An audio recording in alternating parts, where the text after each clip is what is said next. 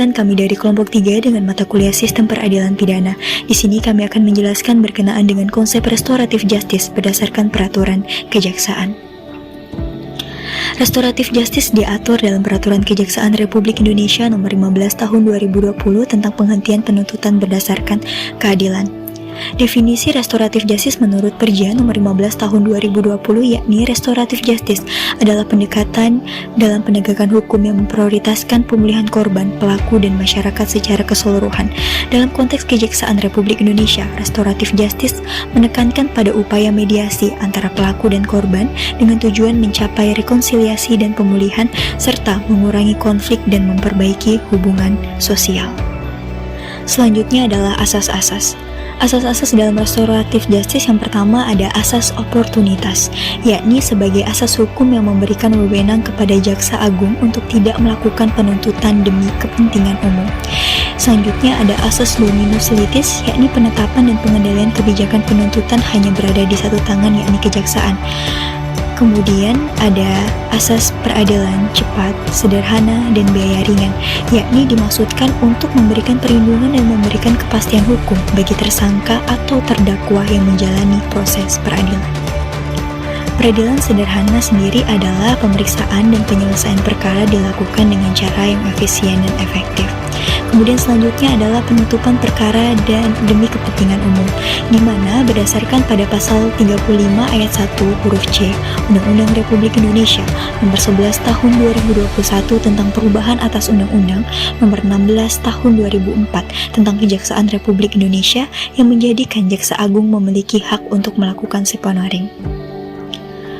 Menjadikan Jaksa Agung memiliki hak untuk melakukan seponoring, yakni untuk mengesampingkan perkara karena alasan kepentingan umum setelah mendapatkan saran atau masukan dari institusi terkait di bidang hukum, yang dimana hal ini juga merupakan salah satu bentuk pelaksanaan terhadap asas oportunitas.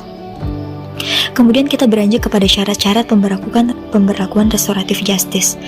Berdasarkan pasal 5 ayat 1 Peraturan Kejaksaan Nomor 15 Tahun 2020, yaitu sebagai berikut. Yang pertama adalah tersangka baru pertama kali melakukan tindak pidana. Yang kedua, tindak pidana hanya dilakukan dengan pidana denda atau diancam dengan pidana penjara tidak lebih daripada 5 tahun. Yang ketiga, tindak pidana dilakukan dengan nilai barang bukti atau nilai kerugian yang ditimbulkan akibat dari tindak pidana tersebut tidak lebih daripada Rp2.500.000. Restoratif justice sendiri sebagai bentuk penyelesaian perkara pidana tidak dapat dilakukan untuk semua perkara, melainkan ada beberapa perkara yang dikecualikan untuk menggunakan restoratif justice.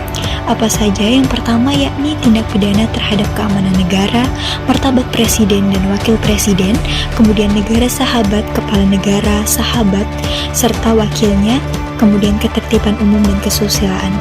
Yang kedua, ada tindak pidana yang diancam dengan ancaman pidana minimal. Kemudian yang ketiga, tindak pidana narkotika. Yang keempat, tindak pidana lingkungan hidup. Dan yang terakhir adalah tindak pidana yang dilakukan oleh korporasi. Kemudian apa saja tata caranya? Yang pertama adalah upaya perdamaian. Kemudian proses perdamaian.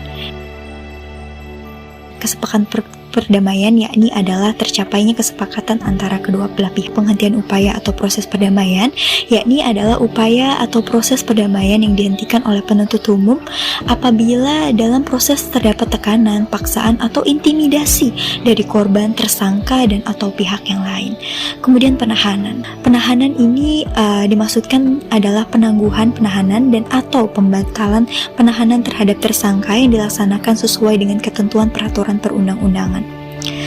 Kedua, dalam hal tersangka ditahan dan terhadap perkaranya dilakukan penghentian penuntutan berdasarkan keadilan restoratif, penuntutan umum, serta pembebasan tersangka setelah surat ketetapan pengadilan penuntutan dikeluarkan.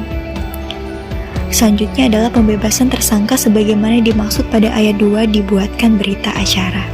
Demikian penjelasan tentang konsep restoratif justice berdasarkan peraturan kejaksaan. Sekian, terima kasih, semoga bermanfaat. Wassalamualaikum warahmatullahi wabarakatuh.